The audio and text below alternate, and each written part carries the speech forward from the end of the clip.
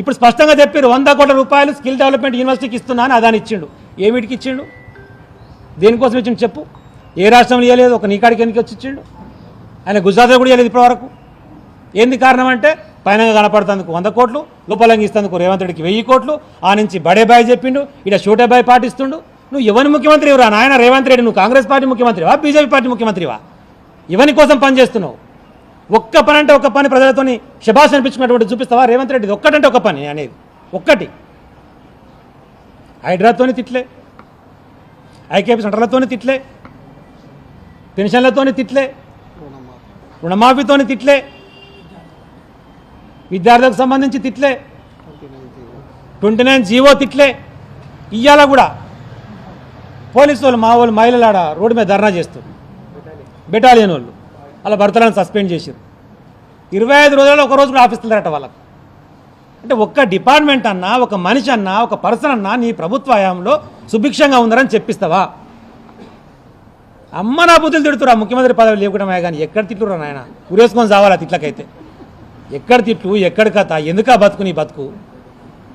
ఎంకరెడ్డి ముసిముసినా నవ్వుకుంటా మొన్న నాడ ఇంజనీరింగ్ అని మాట్లాడుతుంది. ఇంజనీర్ల కాలకు కాగితాలు ఇచ్చుకుంటా మీరు కాళేశ్వరం ఇంజనీర్ కావద్దు, నేను సీనియర్ ఇంజనీర్గా చెప్తున్నా. మంచి ఈడెక్కడ ఇంజనీరింగ్ చదివిండు అసలు? ఈడ దొంగ, వీడు దొంగ.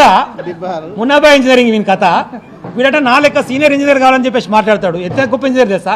ఈ మన బైపాస్ మీద మన విగ్రహం ఉంటుంది చూడ, గౌడ్ పేరు ఏంటి మరి కూడా ఆయన కాదు జగతయ్య గౌడ్ జరిపోతల జగతయ్య గౌడ్ నడిచిన సకదన చక్కగా చెప్తాడు.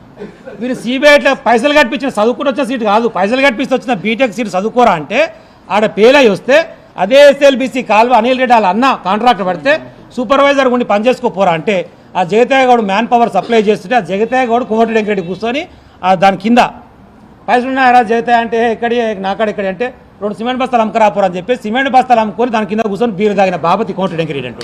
వీడట ఇంజనీరింగ్ చదివిందట, నేను సీనియర్ ఇంజనీర్ అని మాట్లాడతాడు. 10 సంవత్సరాల అభివృద్ధి పదంలో నడిపించి నల్గొండ జిల్లాను పెడితే జగదీష్ రెడ్డి గారి మీద అవాకులు చవాకులు, ప్రపంచానికే దిక్సూచిలెక్క అసలు భారతదేశం ఐటీ మంత్రి అయినా అనుకునేటట్టుగా కేటీఆర్ గారు పనిచేస్తే ఆయన మీద అవాకులు చవాకులు, ఒక ఇరిగేషన్కి ఒక దిక్సూచిలాగా పనిచేస్తే హరీష్ రావు గారి మీద అవాకులు చవాకులు. నోటికి ఏదొస్తుంది? ఈయన చక్కదనం ఇది. నేను చెప్పిన మాట వాస్తవం అయితే మీరు కనుక్కోరు. నేను చెప్పింది అదే. వాళ్ళ అన్న కాంట్రాక్ట్ చేసినటువంటి ఎస్ఎల్బీసీ కాలువ కింద కట్టిన అదే బ్రిడ్జ్ కింద కూర్చొని జగతయ్యతో బీరు తాగేది. మీకు గుర్తుకుండొచ్చు, వెనకడికి ఎమ్మెల్యే ఉంటే ఎవరు కలిసినా కలవకున్న జగతయ్య రాగానే లోపలికి తీసుకుపోయి మాట్లాడేది. ఈడేమైనా బయట చెప్తున్నావు నా గురించి అని చెప్పి భయానికే.